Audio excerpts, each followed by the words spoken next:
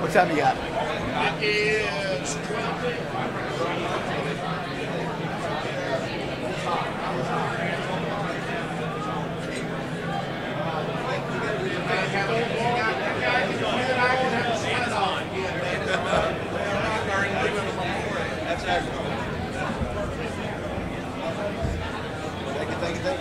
Put the thing on high.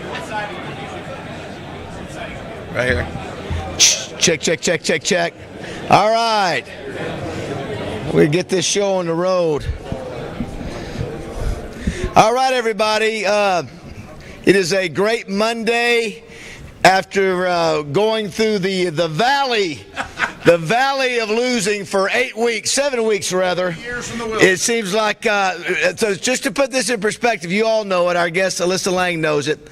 The last time we were here to celebrate a Razorback win was September 9th. Wow. I was still in my 50s and it was still at 90 degrees. So I have to give Randy Allison credit. He saw Steve Sullivan always would put on a Razorback red. Yep. You did that for church yesterday at Pinnacle Church of Christ. Well, I'm doing it today. I don't care about what happens next week. We won, finally, back in the... Good Lord.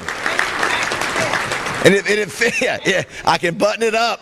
Yeah, shocker. Great to have everybody here. Yeah, you know, not only did the Razorbacks win, most everybody won in the state, which Rex will tell us here in just a second. Where we're gonna have a great time. So just so you know, it feels a little warm in here. So Alyssa Peyton Manning noticed that I sweat a lot. So. He made the observation, even though I have a fan here, that it looks like I may be sweating a lot today, which is okay.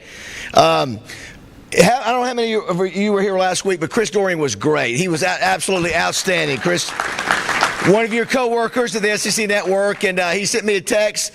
Everywhere I went in Gainesville, I ran into somebody that went to P.K. Young High School and knew Chris Doring, and he said to say congratulations to all you Razorback fans. It was a big win for Arkansas. So Chris was great. I can't wait to hear Alyssa today. She is a rising star in the broadcast business, just like Laura Rutledge is. I mean, two really class acts and really great at what they do.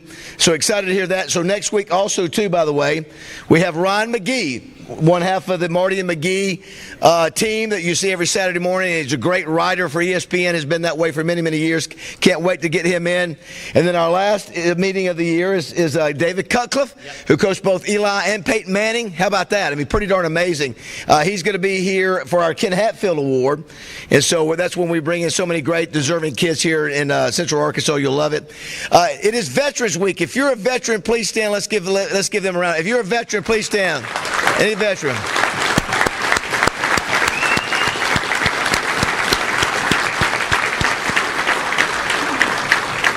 Thank you so much for your service. We appreciate you being here today. Rex, you know, as we're getting close to award time, our man Tyson Bagent, who won the Harlan Hill Award, continues to light it up. Even though they lost the game against New Orleans, we love the fact that the Harlan Hills represented on national television. Division II can play at the highest level, and that's what we like to do with this club. Want to remind everybody, 20% off all the T-shirts, sweatshirts, all that out there for the Touchdown Club. Take advantage of that. I mentioned Cliff Harris Award, which is presented by Wright, Lindsay, and Jennings. Harlan Hill Award, presented by Bill and Doris Lawrence. Willie Rofe Award, presented by Simmons Bank Arena. Dan Hampton Award, presented by Mike and Deanne Erie. We can't do it with all the sponsors. And we give away a lot of hardware here. A lot of hardware here. Yes, and so this is what I usually have these in my house, I'm just saying. But during the season, I bring them out. I'm the only guy that has 8 bronze statues in his living room. That's the truth. Remind everybody, if you want to continue, we've got the Brules Award up here, the trophy. December 5th is a Brules Award luncheon ceremony. We'd love to have you there for that. BrulesAward.com is where you would find that information out. So please go. We'd love to have you there. That's a great event. The last time the event will be held in Little Rock, going to Hot Springs, and we'll tell you a little bit about that later in future years. Chuck Monan, our Pigskin preacher, obviously stepped in last week for Gary Underwood. Is going to continue that. Chuck, you had your first new service at your location on Shackelford Drive and Markham right off there. New location, great crowd. I hope it was a great first service. Let's welcome him. Pigskin preacher, Chuck Monan, everybody. In addition to creating awards and trophies out of thin air, David Basil is a promoter of all kinds of good things in Arkansas. Churches, nonprofits, other assorted do-gooders. David, we appreciate your help there. Anyone looking for a church? You know, we're right there to help you. And you can find us. There's an easy way to remember where we are. We're on 1 Shackelford Drive in West Little Rock. And there's one Lord, one faith, one baptism, and 1 Shackelford Drive. With that said, let's pray. Father, we're grateful to be here today. We're thankful for the food and the way you take care of our physical provisions each day. We're thankful to be among friends and family here at the Touchdown Club. We're grateful that Alyssa could be here to take time out of her schedule to share with us. We pray your blessings on her work and her life. Father, be with us all and help us to be good representatives as we go about living in this wonderful state. In Jesus' name we pray. Amen. Thank you, Chuck. I see a little sweat on you, Chuck. How about that? Can't wait to see what happens to Rex when he gets up here. By the way, somebody if you lost your pair of glasses, raise your hands. Don't be embarrassed. I don't know. Look here. We found them somewhere. All right, I'll keep them up here. By the way, this jacket was given to me by my old classmate, John Daly. So we were doing the show one morning at his house, and he came down in a stupor one morning and give it before we I'm joking and gave me this jacket, and so I thought it was perfect to wear today, so I just want to make sure to mention that. Couple other things too. Don't forget, go ahead and tell everybody, mute your phones if you will, and then all of a sudden text everybody, say if you want to see Alyssa today and you can't be here, Facebook Touchdown Club, Twitter Touchdown Club, YouTube Touchdown Club, or listen on the bus. Alyssa, we're the only club in America that gives everybody that many opportunities to hear or see you, and so we're really proud of that. We make that effort, and so make sure to mute your phones if you don't mind today. Do want to thank our sponsors real quick. 103.7 The Buzz. Alyssa just did a segment with Justin Moore and not Justin Moore, but Justin Akery and Wes Moore. Appreciate them being here every meeting. AY Media, by the way, thank you, Heather Baker. Gives great coverage of our speakers every week, but also this week it's Rex Nelson. There's got an article. It's the Battle of the Ravine this week, so pick up your edition of AY Magazine about you. So thank you, Heather, for your support of the club, and check out the article on the Battle of the Ravine. How many years now, Rex? For the Battle of the Ring, yes. It'll be number 96. 96? What's the record? Ouachita 46, Henderson 43. Pretty close. Can't get much closer than that. The Hatcher Agency, thank you, Greg Hatcher. He's here today. Appreciate you being here. Home of outrageous service, the Hatcher Agency, the state's top producing employee benefits agency in Arkansas. Popeye for taking care of our speakers every week. Thank you so much.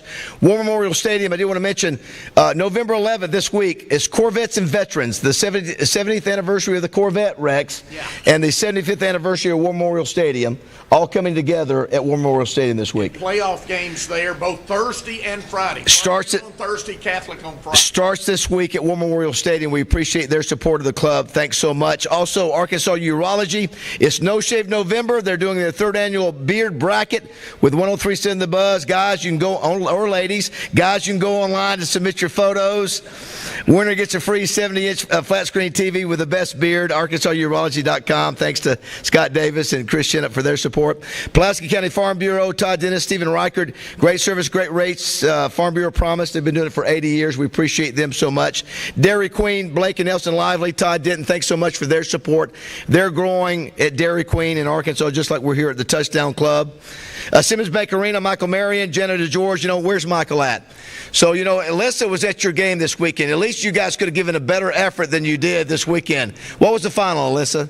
Oh, gosh. Is it Mississippi State's 4-3. So Mississippi State scored 3 points. That's all she can remember. That's right, we did. But here's the big thing for today, Simmons Bank Arena. Tickets go on sale today for the men's basketball and women's basketball, which is December 16th. The men play Lipscomb. The women play Sanford. And so Michael sent me this today. They have already, just so far today, sold 13,000 tickets today alone.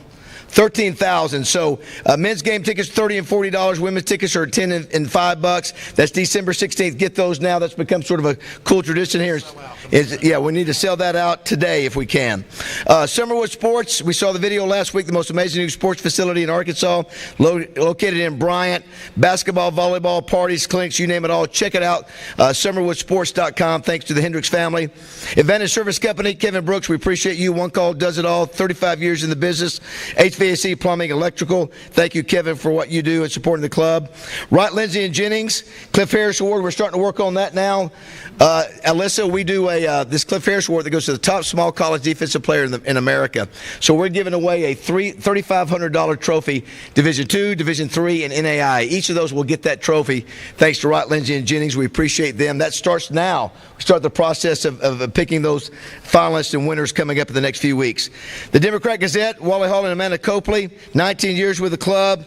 Amanda, you want to make sure we saw finally a great headline in the Democrat Gazette after weeks of you lose. Finally, Swamp Splendor. Thank you for the support. I read this every day before I do my show every morning. We appreciate the Arkansas Democrat Gazette and Wally Hall and Amanda Copley.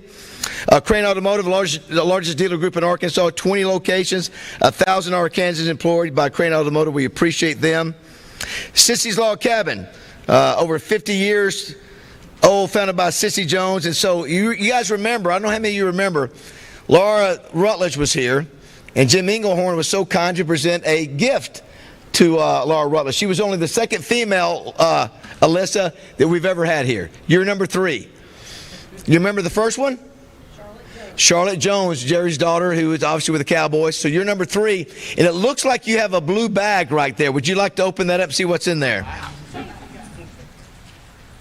See if you can recognize what's in the blue box. What's in the box? What's in the box? We don't do this for the men for some reason. I don't understand it, John. I don't understand it. What do you see there? David Yerman. Oh, no, David Yerman. Let's give it up for Sissy's Log Cabin, Jim Englehorn. Thank you so much. Hold that up for everybody to see. Oh, yeah. Make sure and tell your fiance that was from a sponsor, not from me. So there we go. He needs to step it up, yes. Thank you for Sissy's. Appreciate your support, Jim. Very nice of you to do our guests like that. We appreciate that. Doublebees, want to give them credit. Steve Lytle, who is the owner, and GM Ed Light. 50 years in the business, over 30 locations. Gas it, grab it, and go. We appreciate Doublebees. Oaklawn Sports, I don't know if you heard Rex. Matt, do you have the numbers by chance? Let's look. You don't have the numbers. Okay, never mind. I'll promote it anyway. So, Old 53, the last 4 weeks. In NFL picks, 12-1. Oh, wow. 4-0 yesterday. Thank you. College, 8-6. Not quite so good. The last 4 weeks, I am 20-7 in my Oaklawn picks, which is over 70%, which is unheard of. So I'm just saying, go to the Oaklawn Sports app. If you want ODB to help you out a little bit, you don't have to. You don't have. Christmas time's coming up. You don't have to bet a lot, but we appreciate Oaklawn Sports and their support. Loving this Oaklawn Sports app. We appreciate them. And last but not least, Simmons Bank, David Stognell. We appreciate David you being here, and Cole Plafkin, who some of you may not know, but you can look at him and tell he was a 1994 Letterman for the Hogs. We appreciate you guys, and I was telling Alyssa we can't do what we do without Simmons stepping up and being our presenting sponsor. They've done it for many years. Let's give it up for all of our great sponsors. We appreciate them. Make sure and go by Simmons and tell all the Simmons folks here that if you want to do business with them, do it. That you're a member of the Touchdown Club. I'd love to work with you. Our Touchdown Club team, Dwayne Duncan, who does photography, Matt Johnson, M&M Productions, who shoots our video, Chris Kane, Delta Solar, State Rep RJ Hawk, Royalty One Group, Meredith Hale, Carti, Vines, Brookshire Agency, Rex, and our amazing volunteer team led by Debbie Wyman. Let's give it up for our great volunteer team. The best in the country, Alyssa, I'm just telling you. You go to Memphis, you go to Tallahassee, Houston Nutt speaking in Tallahassee, they mean at Doak Walker Stadium. They got money supporting them from Florida State. We don't do that. But nobody has a team like we have, Alyssa. They're the best in the business. All right, it is time for our All-Arkansas Preps Player of the Week. Let's give it up for R.J. Hawk, everybody. Thank you, David. So it's hard to believe we have reached the end of the regular season in high school sports. As David and Rex just mentioned, this week starts the playoffs, which is crazy to think about. It feels like we just got started. But our player this week comes from a small school up in Quitman. His name is Grayson Ely. And 2 weeks ago, so we do this always 2 weeks in advance. That way we can get him here to prepare. But he's the first wide receiver that we've had at the club this year. And against Melbourne 2 weeks ago, he set 4 school records. He had 9 receptions for 277 yards and 5 touchdowns against Melbourne in that game. He broke the single game record for receiving yards. He broke the single game touchdown record, and then he said he also reeled off a couple other records as well. So I tell you, when you look at this, not only is he a great football player, but he's also a great student athlete. Right before I came up, his parents and Amanda came up and said, hey, by the way, please mention this. He has a 4.12 GPA as well at Quitman.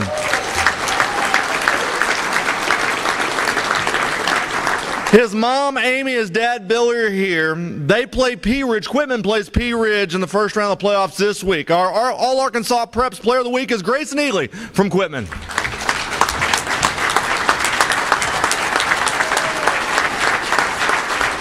Thank you, brother. Good job. Appreciate it. Yep. Appreciate it.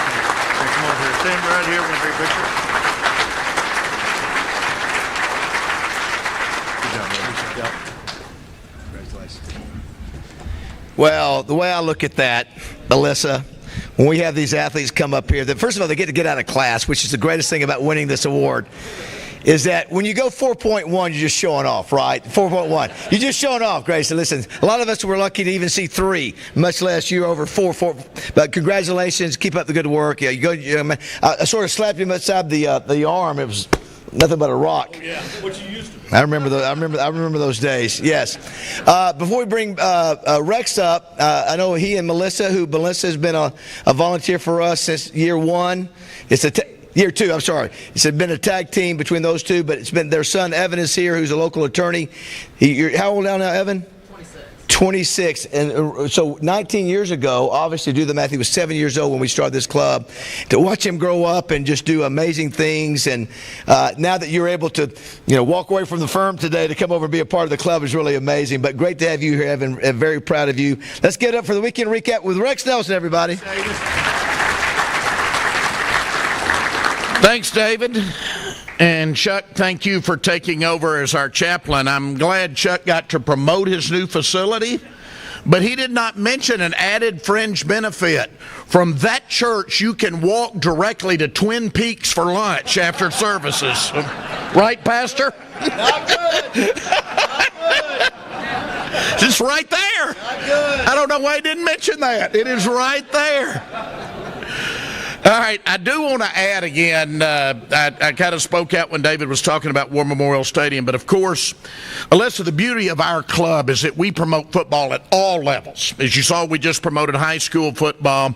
We are the Little Rock Touchdown Club, and I think it's important that we promote high school football. So there are games at War Memorial both Thursday night and Friday night. Parkview hosting a game on Thursday, Catholic on Friday. Both are ranked, so get out and see a high school game this week. I'll start with that if you have to. All right, finally, a Razorback win to talk about on a Monday. It's been a long 2 months. Arkansas 39, Florida 36. Hogs in that 6-game losing streak. KJ Jefferson now number 2 on the career passing list behind only Tyler Wilson, former speaker to our club. He was 20 of 31, 255 yards.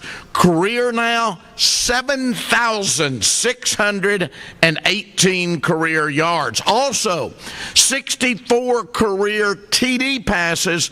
That ties him with Brandon Allen. So 2 records that are going to be broken by K.J. Jefferson. Arkansas outgained Florida 481 to 394. That's the most yardage by an Arkansas team this year. The previous high was 426 in that close loss at LSU. So Florida falls to 5-4, 3-3 in the SEC. First Arkansas win ever in the swamp at Gainesville. We knew it would come one of these days. Florida does lead the all-time series 10-3, but Arkansas got this most recent one. Meanwhile, ASU won again. David, I do picks of all the Arkansas teams. I went 8-2 last week. Arkansas and ASU are the 2 I missed. I'm sure glad I was wrong. Sure glad I was wrong on both of those.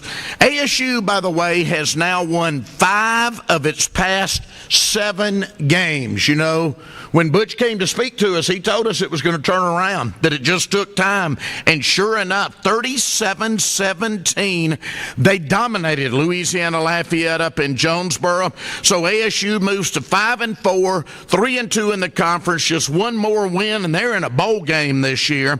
They rushed for 232 yards, and get this, controlled the line of scrimmage, led in time of possession by 10 minutes in that game. Meanwhile, UCA also won. Arkansas, ASU, UCA all winning the same weekend. Bears need to win out to go to the playoffs. They're now 6-3, 3-1 in conference. Got it done on Saturday in Florence, Alabama, 27-14 over North Alabama. UCA came out fast, and they led 21-0 at halftime of that game. UAPB, unfortunately, falls to 1-8 overall, 0-6 in the SWAC, a 38-14 loss at Prairie View A&M. Now, let's move to Division II. We've been talking about this, but think about this. We have 6 Division II teams in the state. 4 of the 6 have 8 or more victories right now. 4 of the 6. We've got really good D2 football in Arkansas right now. Harding moves to 10-0, 48-7 victory over 3-7 East Central Oklahoma. Harding scored on 7 of its 8 possessions. And get this, remember I've told you they run that double slot option that you don't see much anymore. Final stats, Harding. 528 yards rushing, 0 yards passing in that victory. That was the final stat. You just don't see that much, and because you don't, I'm really telling you, Harding could win the national championship this year with this team. Ouachita is 9-1, following a 55-14 victory over Oklahoma Baptist. So the 2 OBUs met each other, OBU East and OBU Least, as we call them in Arkadelphia. Kendall Givens, Jr. out of Little Rock Christian, 22 carries, 199 yards, and he had 179 of them in the first half and 4 TDs. Meanwhile, Henderson is 8-2, 56-0 win at Southwestern Oklahoma. Their good quarterback, Andrew Edwards out of Bentonville, 18-25 passing, 291 yards and 2 TDs. He rushed for another 2 TDs, so 2 passing, 2 rushing. Southern Arkansas also 8-2, 42-14 victory at Northwestern Oklahoma. Jarique Scales, 95 yards rushing and 97 yards receiving with 3 touchdowns for the Mule Riders. And now Tech.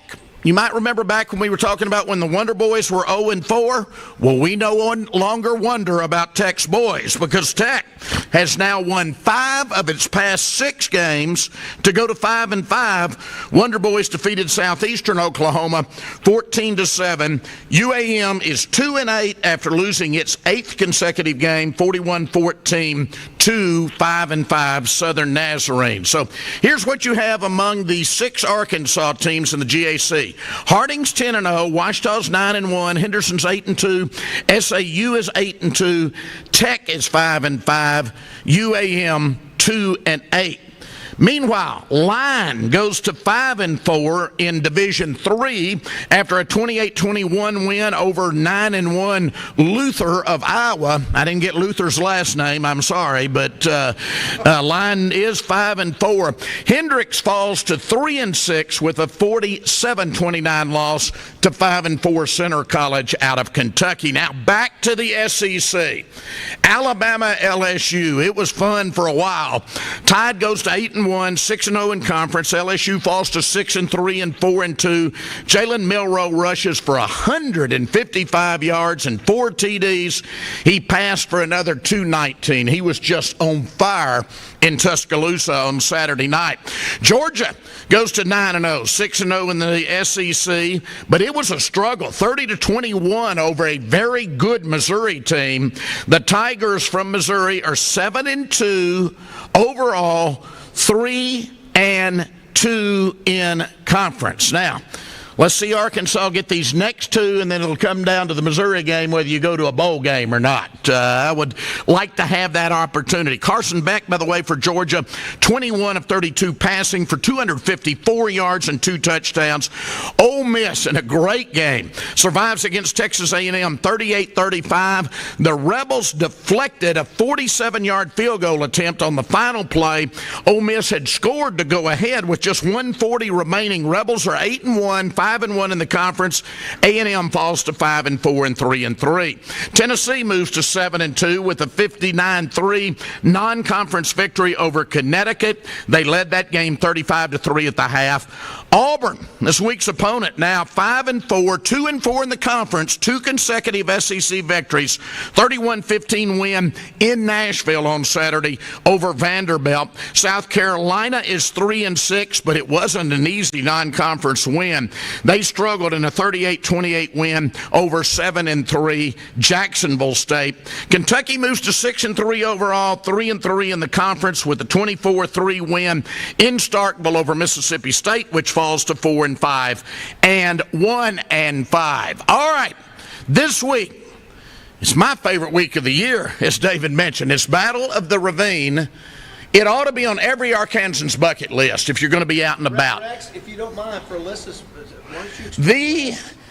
Alyssa, the only college football game in America where the visiting team walks to a road game. They don't fly. They don't bus. The stadiums are across the highway from each other. So the state troopers will stop the traffic and Henderson will walk across to Ouachita and play. David's been to it. It's a very unique experience. We're going to get game day there one year for that because they need to be there for that. Help me on that. Help me out on that. That's a 1 o'clock kickoff, by the way, on the Ouachita side of the ravine at Cliff Harris Stadium. Auburn at Arkansas, and finally, like David said last week, not an 11 o'clock start. It's a 3 o'clock start. Much better. Friday night, they moved it Friday for TV. We've got Grambling at UAPB. Then back on Saturday, Eastern Kentucky's at UCA. Bears are fun this year if you get a chance to go to Conway. Harding going for an undefeated season and a conference title at Arkansas Tech in Russellville. UAM is at Southern Arkansas. And in Division III, Atlantis is at Line. Now, I had to look that up. I thought Atlantis was under the sea. It's actually in Florida, I found out. So, Atlantis at Line. So, games in Arkadelphia, Fayetteville, Pine Bluff, Conway, Russellville, Magnolia, Batesville. It's going to be sunny, high of about 60. Perfect football weather. You know what that means? No excuses whatsoever. Get out and see a college football game on Saturday, everybody. Thank you.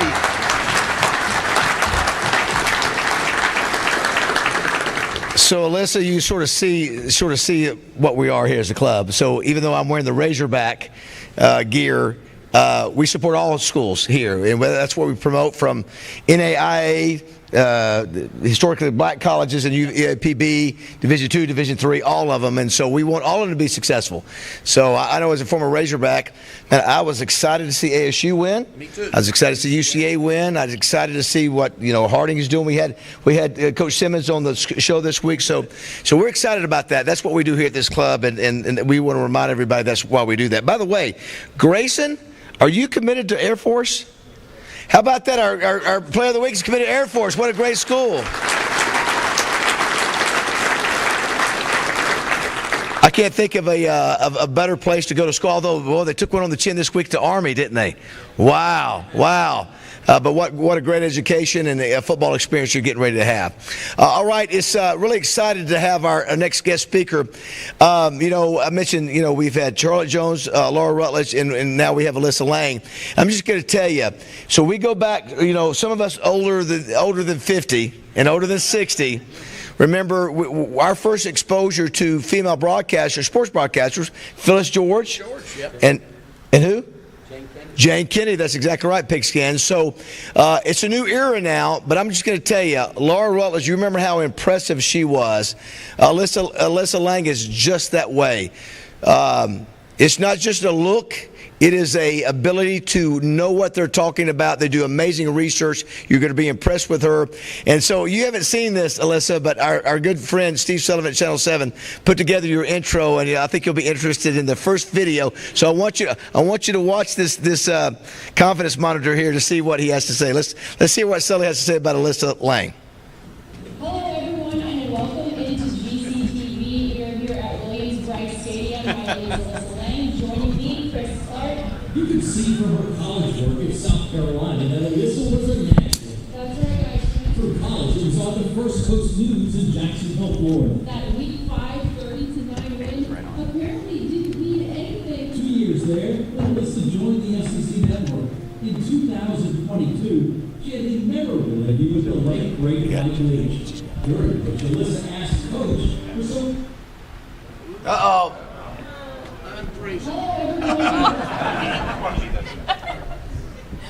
Come on, Matt, you can do it. What's it?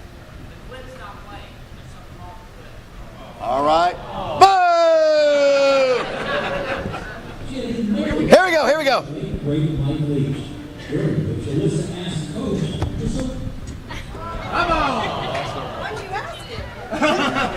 We'll get to that in a second. We'll give Matt one more shot here.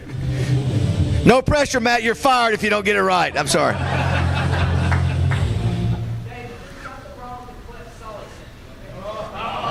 Oh, don't you get snappy with me, Matt. Don't get snappy with me. Everybody, Alyssa Lang, everybody. Come on, here we go. Come on, Alyssa. You're right here. Thank you. Thank y'all for having me. I haven't seen that first clip in like 12 years. That's pretty brutal. No, listen, I love it.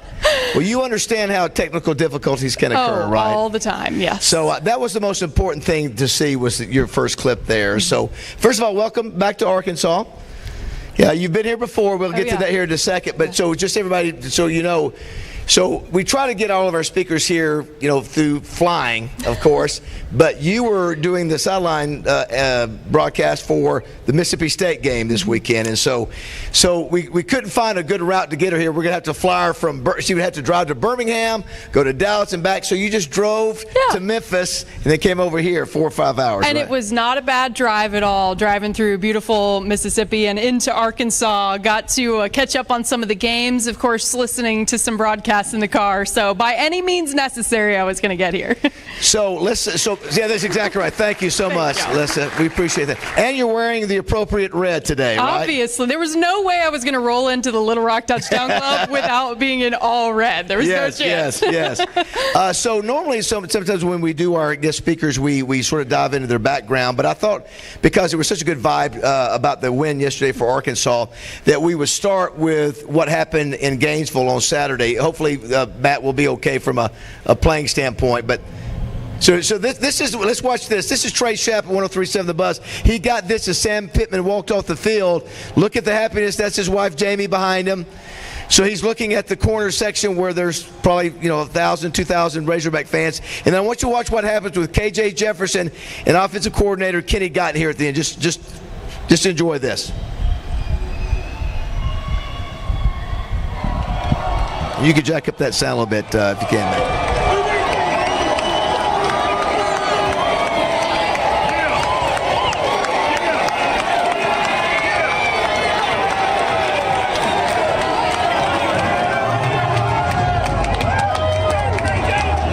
So there's KJ.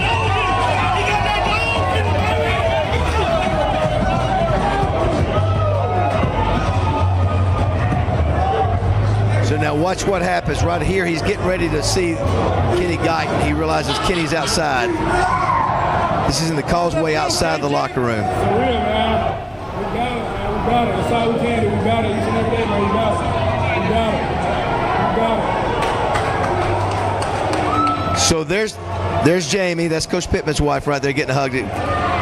So KJ sees Kenny. There's Kenny Guyton right there squeezing Sam. So KJ's waiting on him. He's waiting on him. There he is. Watch this.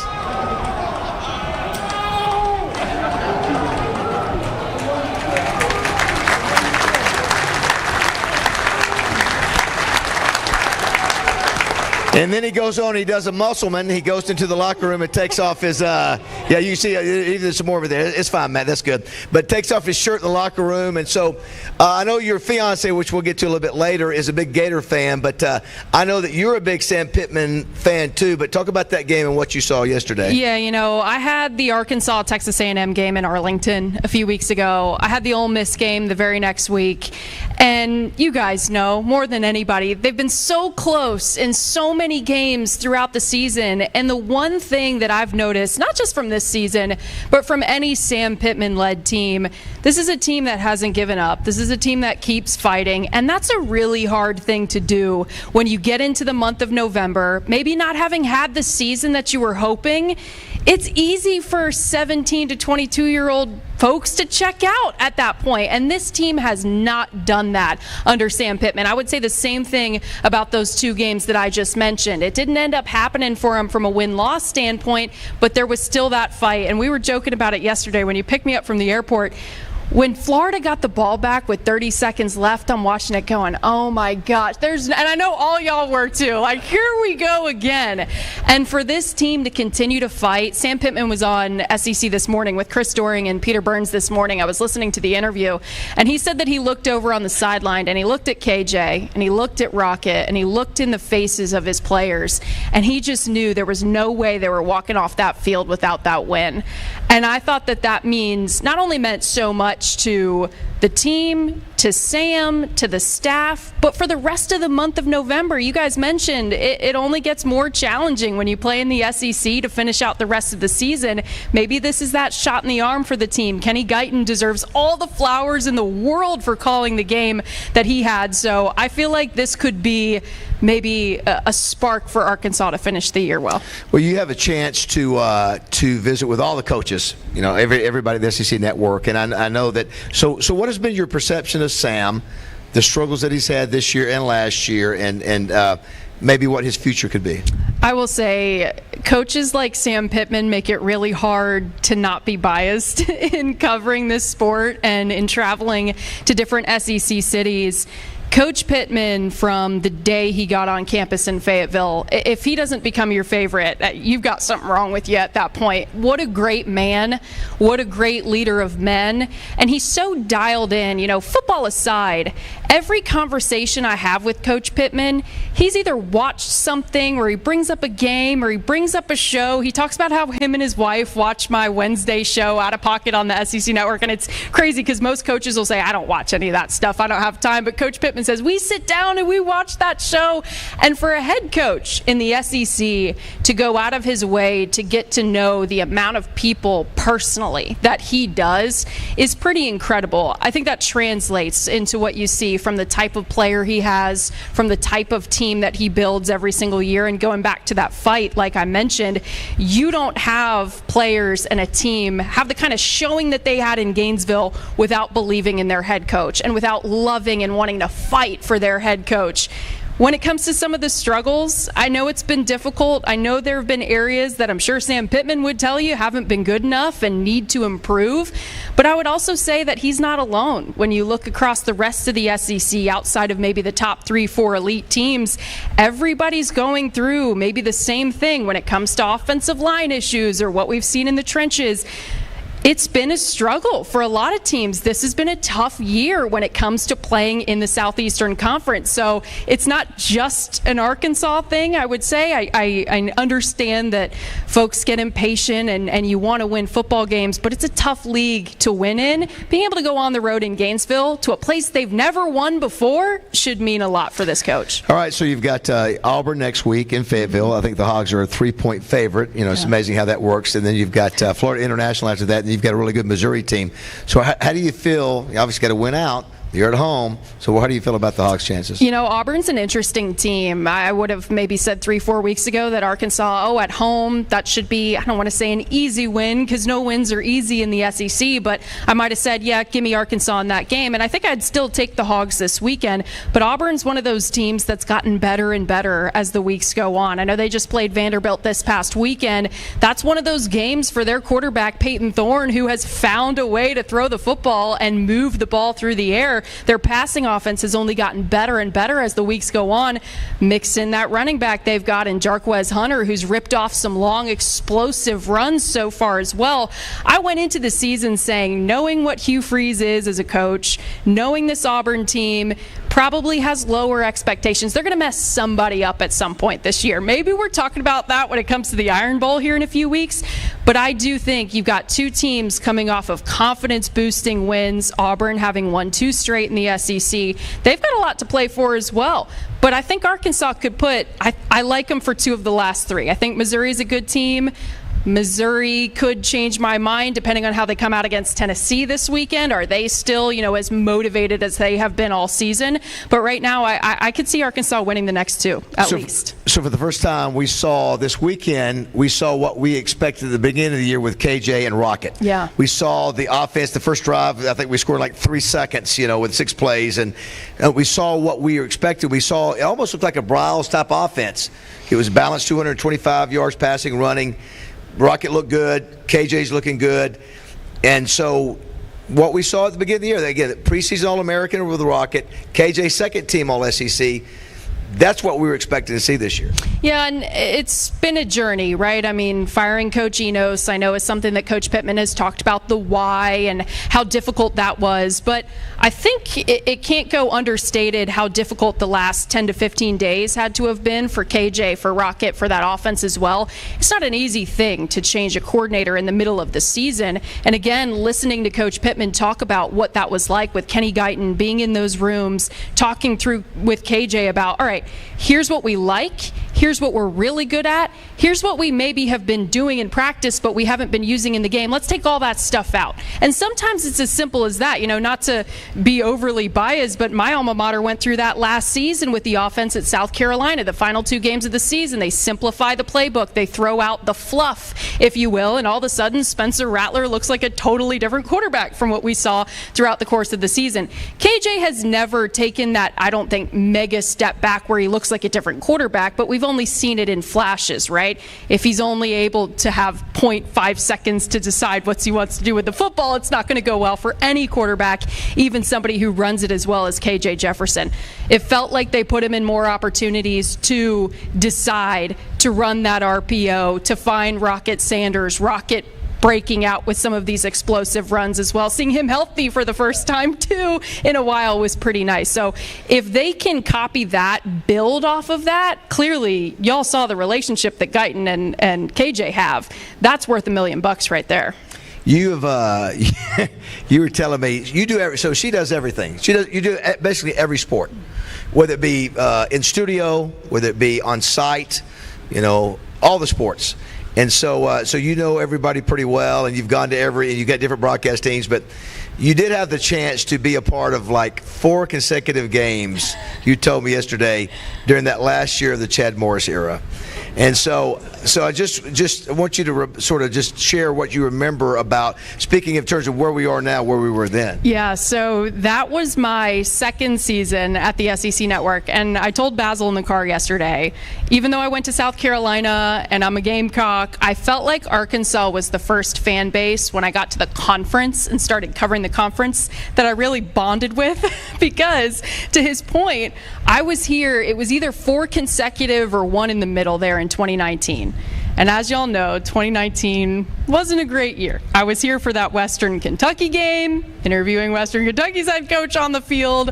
Arkansas fans, by the time I got to my third straight game, I'm down in the lobby of the Graduate getting a coffee before we go over to the stadium. And a couple walked over to me. They said, "Who did you piss off to keep getting sent here?" And I'm like, "What do you mean? You guys are dressed. You're going to the stadium." They're like, "Yeah, well, because we're fans. We're going to keep going. You don't have to be here." I'm like, so it was one of those moments where I'm sitting here going, man, this fan base, it just bleeds Arkansas through and through. And I knew that coming to the SEC. Like, you know that it just means more in this conference. But experiencing walking out into that stadium and seeing the fans there, even though they maybe weren't very happy with what was going on and they were drinking a little bit more before they got into the stadium, I felt the love that all Arkansas fans have for this football program and for this team. I got to meet so many great Razorbacks throughout those 4 games. Then y'all started getting good, and I stopped getting your games after that. So it's been few and far between since that 2019 year, but that was a really special year for me. I think you ought to tell everybody, because you do both on location broadcasting, sideline, whatever, or on the desk, baseball, softball, whatever. Tell everybody sort of a sample week for Alyssa Lang. Oh, so that kind of depends on the season. Football season is a little bit crazier. We'll do that. I don't have as much time off during football season, which I think probably could be assumed. So on Sunday, we get our assignment for the next week where we'll be going for the game. So I found out yesterday that I'm heading to Baton Rouge next week for Florida at LSU. So on my drive here yesterday, I started listening to some of the Florida post-game press conferences back, starting to kind of decide what storylines we want to attack throughout the week. I also go back and watch all of the other teams that I wasn't able to watch since I'm on the sideline of a game on Saturday. There's usually 12 SEC teams that I'm not able to watch. So I DVR all the games, if DVR is still a word, I don't know anymore. I record all the games, watch all of them back. By Monday morning, we're typically having production meetings, not only for our game on Saturday, but for our studio shows as well. So I do a couple studio shows throughout the week. Monday morning, this morning, is when we hop on a Zoom call. We start deciding what kind of segments we want to do, what guests we want to ask for, what Takeo Spikes, who co-hosts the show with me, what we're hot about, what we want to talk about throughout the show on Wednesday. Monday continues to sort of be a prep day. On Tuesday, I host a radio show on SiriusXM with Chris Doring, who y'all just had last week, from 8 to 11. Tuesday, the rest of the day is usually meetings. I'm talking to players when they get out of practice for my game on Saturday, because you kind of work around their schedule throughout the week. Wednesday, we do out of pocket. Again, probably more phone calls. Thursday, radio again. Thursday afternoon, I'm packing up, finishing up my prep, printing out all my notes, heading to whatever city I'm heading to. Friday, we're typically in meetings all day. We'll go to the facility with the home team, then head to the hotel to talk to the visiting team, have our production meeting, hammer out the first 5 minutes of what you're going to see on the broadcast, all the things that we've got to get in on the broadcast, do the game, fly home, rinse and repeat for however many weeks. How about a round of applause for that kind of schedule? But you love it. Oh, I couldn't imagine doing anything else. Yeah, so you first, I think I read where you were in, I think it was maybe either your junior high years, maybe even elementary, you impressed your teacher for your ability to speak in front of the class. And she said, I don't know what grade that was, but she goes, maybe this is something, because you were very confident speaking in front of the class at a young age. Yeah, so when I was growing up, I was always a big college football fan. That was what my household revolved around. I will say my dad's entire side of the family from New York Jets fans, they weren't very good when I was growing up, so we kind of latched more onto college football. Both my parents went to Virginia Tech, and growing up in Charlotte, we were about 2.5 hours down the road from Blacksburg, so I spent almost every weekend in Blacksburg. I mean, I would come home. My dad tells me a story about when I was in second grade, and I came home from school, and he said, what'd you do today? I said, I got into an argument with somebody at the lunch table. This guy was telling me that a safety is worth 1 point, and I told him it was worth 2. And he's like, why is my second grade daughter getting into arguments about how much a safety is worth at the lunch table? So that was always something that my parents knew about me. Loved to argue with my friends about college football. to your point, I got to high school, took a public speaking class. My parents came in, I think, for a parent-teacher conference or something like that, and the teacher said, what does Alyssa want to do when she grows up? They said, well, we're not really sure yet. And she said, well, public speaking tends to bother a lot of students, or they don't enjoy it, or they seem uncomfortable. Alyssa doesn't seem to really mind, which is funny because it always has made me nervous. Still to this day, public speaking makes me nervous, but I guess I can fake it pretty well, even back in high school. So she was the one that kind of put it in their minds, and my dad said, well, you talk about football, you talk our ears off about football all the time, why don't you try to do that? And it kind of dawned on me, I didn't really have a lot of women doing what I do now. When I turned on ESPN, there were a few, but it just had never crossed my mind until that moment when that teacher made the comment, and my dad sort of put that together, and my parents helped support me from then on. Didn't know anyone who did this. My mom's a teacher, my dad's in IT, so they didn't know anything about it either, but it worked out. So you really didn't have anybody that I mentioned Phyllis George back in the 70s. You really didn't have anybody that that's who I want to be like, you sort of, right? So a lot of the role models that I had watching were men, just because there were more men in sports television than there were women. I mean, I remember watching Susie Colbert and Erin Andrews on the sidelines and seeing what they did, but it just never really crossed my mind that, well, I could do that. That's what Susie and Erin do. They're the queens of the industry, right?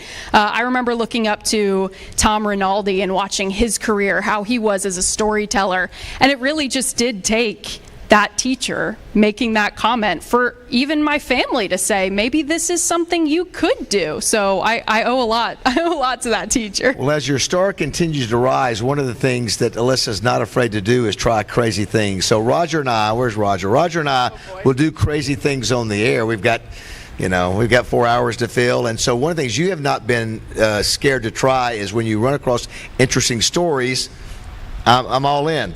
So some of you may have heard of this. Will Levis, who is now, playing well in the NFL as a rookie. He was at Kentucky, and one of the first things he did was, does anybody know what he does? He's weird when it comes to eating. So the first thing that he did, we found out that he eats bananas with the peel on it. So, Matt, if we're good, let's go to the clip of this is Alyssa on the sideline trying the Will Levis way of eating a banana. Are you really going to do this? Look, guys, this is what we do. This is called content. It's called Week 1. College football is back. So I bought this banana, I think, on Sunday, and I maybe overaged it a little bit, but we're going to try this. I'm going to eat it like a weirdo because, All right, here we go. This whole thing's weird. Oh, yeah. Do not adjust your television set. Not bad. Not bad? It's just like a little crunchy. A little crunchy? I'm part of the Will Levis Club now. All right, so how was that? So backstory to that. So he had posted that TikTok or whatever it was in the preseason. That was the first year he had gotten to Kentucky. So Kentucky fans are really excited. We had their very first game of the season, and as you saw from the score, it was a blowout, which going into a game, if we know it's might be blowout territory, we plan things ahead for the second half so that we can try to entertain the fans that are left watching it. So I had told Will and Mark Stoops on Friday that we were planning to do this. Will was all about it. He thought it was great. Stoops, I asked him, I said, well, do you want to do it in the post-game interview? If we see you then, should I get a second banana? And the whole idea with Kentucky at that point was we've been a run-first football team. We got to figure out how to throw the football. And I said, well, how about a little bet? If you hit over 200, I think it was higher, but say 200 yards passing. And he said, I'll do it. So he pulls Levis at like 192. And Levis walks over to me on the sidelines. He's like, he did that on purpose. And I said, well, you know what? I'll do it. I'll step up to the plate and do it. So I don't think Stoops appreciated me backing him into the banana corner in the pregame interview and making him agree to do that. But it really wasn't that bad. I won't do it again. Well, but it wasn't. But that wasn't enough. Let's go to the next one, Matt. Where so apparently he puts mayonnaise in his coffee. What's something that Roger did try on the show. So let's go to that, Matt, if you can. This is you doing mayonnaise in the coffee. Here we go. So I'm hoping. And that's Will Levis there. The great SID there at Kentucky has provided you with coffee and mayonnaise so that you can join me on this journey. If I'm going to do it, you have to do it. And I have to see it actually happen. Is that water or tea? I mean, it's That's coffee. Coffee. Okay. Drank it. That's hot coffee. To prove it, I'll definitely go for it again. Is this enough? Like, do I need to put more in there? You squeezed a lot in. I'll go for another scoop. You made your bed. Let's lie in. Oh my gosh. Do I need to? We were gonna go all in, folks. Yeah, I definitely need to stir it. All right. Stir it up. Doesn't matter if you stir it up or not. Here we go. This is look. I love the reaction here. This is really hot. All right. I'm just glad we're doing this together. I need big sips though. Like what we're not gonna do is just take little baby sips, especially you, Alyssa. Yeah, I'm shaking right now because this is like you said it in the TikTok, Will. It just pools at the top. Like I wish y'all could see the top of it without me spilling it. Like it's big. It's disgusting. Like, it's awful. Big sips, crew. Come on, team. There we go. Are you ready? You ready? Cheers. Big cheers. I'm ready. Watch the reaction here of Alyssa. Cheers.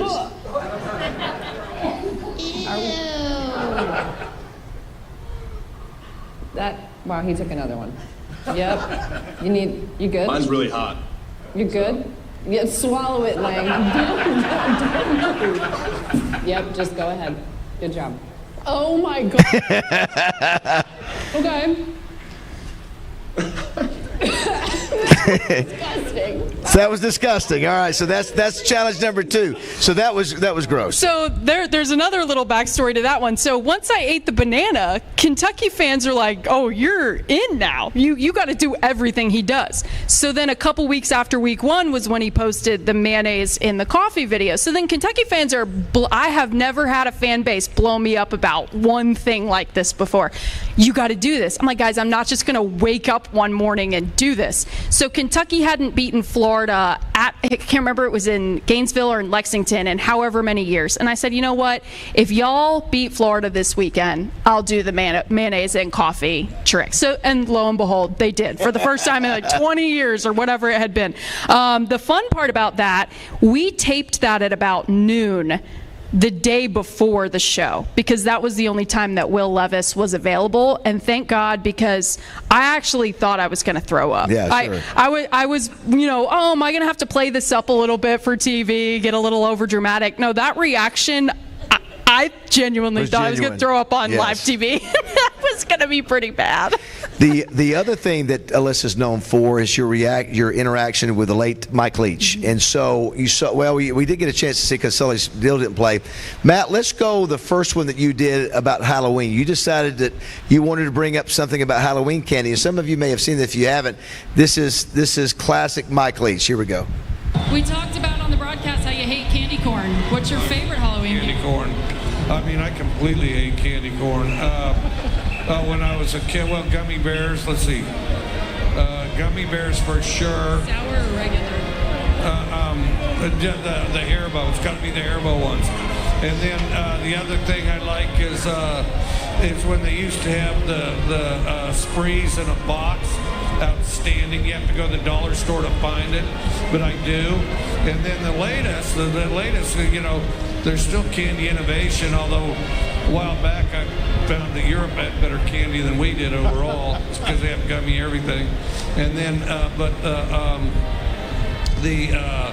you know, they have those Nerds clusters, which is new. The gummy. Yeah, which is good. The Nerds clusters is good. And then if you go chocolate, probably Almond Joy. Love it. Hopefully you'll get some of that next week. Yeah, we'll see. Thanks, Coach. All right, thank you. So you got a huge response from that. That was great to ask him because, I mean, you want us. We had him at the Touchdown Club, and he was a fascinating guy. I took him to Waffle House at midnight when he got in. And he doesn't want to talk about football. No. Which is like, yeah, he's right. the only coach. I had some Bama fans tweeting me, you never do that with Nick Saban. I was like, duh, I would never do that with Nick Saban. But if you've ever worked with Mike Leach and you do your Friday, like I talked about the Friday meetings before the game, I mean, you were lucky if you could get 2-3 questions about his actual team in, because he wanted to talk to you about anything else, which is why he was, you know, perfect in that moment. And I knew he had the history with candy corn, and it was Halloween weekend, so why not? And the most personal story, because I think you were engaged at the time. You asked Coach about being married and engagement, and he had a classic answer here. I know you have strong thoughts on weddings. I'm in the middle of planning one right now. Do you have any advice for me? Who are you marrying? His name is Trevor. Okay, yeah, well, I'll have to, you set up a meeting and I'll talk to him. Okay, so where's Trevor from? He's from Florida. What does Trevor do for a living? He works in sports as well, covers football. He does what? He covers football as well. Really? Well, I don't know. We'll keep a close eye on it, but whatever you and Trevor decide, I would kind of keep it on the down low, which you failed to do that. Trevor was planning to, but you didn't. So go ahead and don't say anything else about it, but as soon as the season's over, or even an off week, go elope. Trust me on that. Go elope. Because basically every female in the family is going to terrorize you guys until it's over. Once it's over, I mean, they'll be upset for a few days, but it'll be over. And then, you know, you cruise along, have a happy marriage, have a happy life. I'll pass along the message. Thanks, Coach. Congrats on the win. Trevor, unless he's crazy, is totally on my side. And trust me on this. If Trevor doesn't have the sense to do that, tell him to call me, because, I mean, he needs to do trust. I told all my kids, I'll give you $10,000 extra if you elope. So I would, too. I'll have him call you for sure.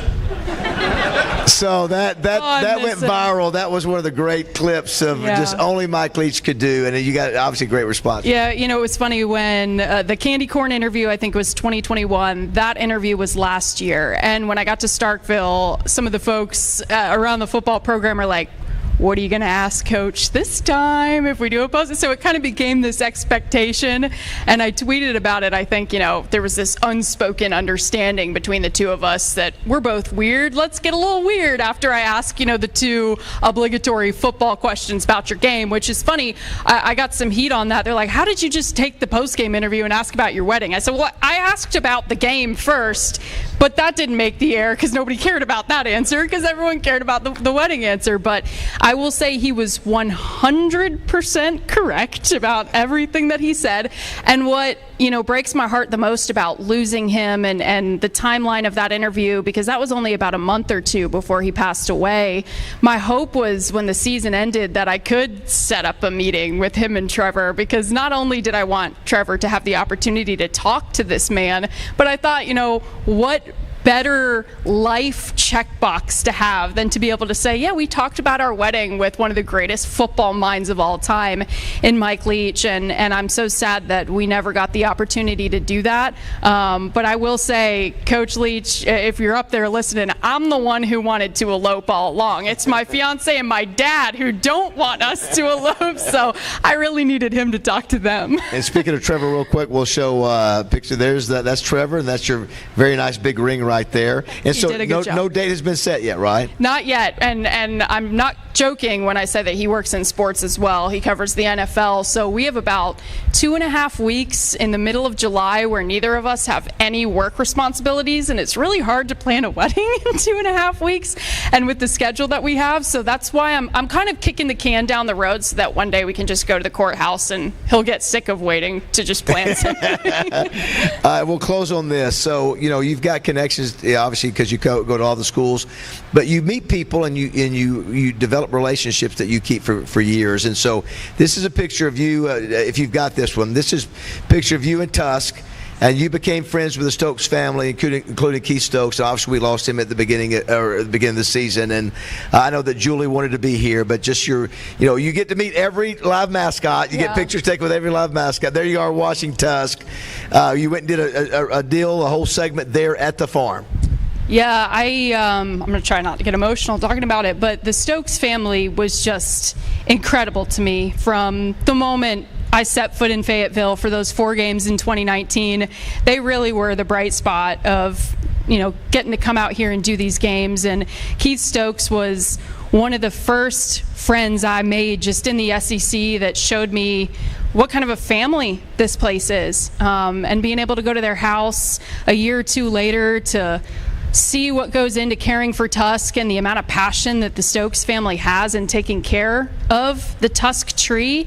I mean, when I tell y'all we rolled in with camera operators, with audio producers, and Keith had been up all night cooking to feed everybody lunch. We sat at his dinner table with Julie and with Abby, and some of the rest of the family came over, and they would not let us leave till we had had a great meal and until we had been able to sit there and swap stories about Tusk and the Stokes family. And I can't believe we lost him, but I said this on the air, a couple days after he passed. For us to have the type of stories we have about Keith Stokes and to be able to talk about him the way that thousands of us across the SEC can, other fan bases included, man, I hope I live a life like he did for people to be able to talk about me like that one day.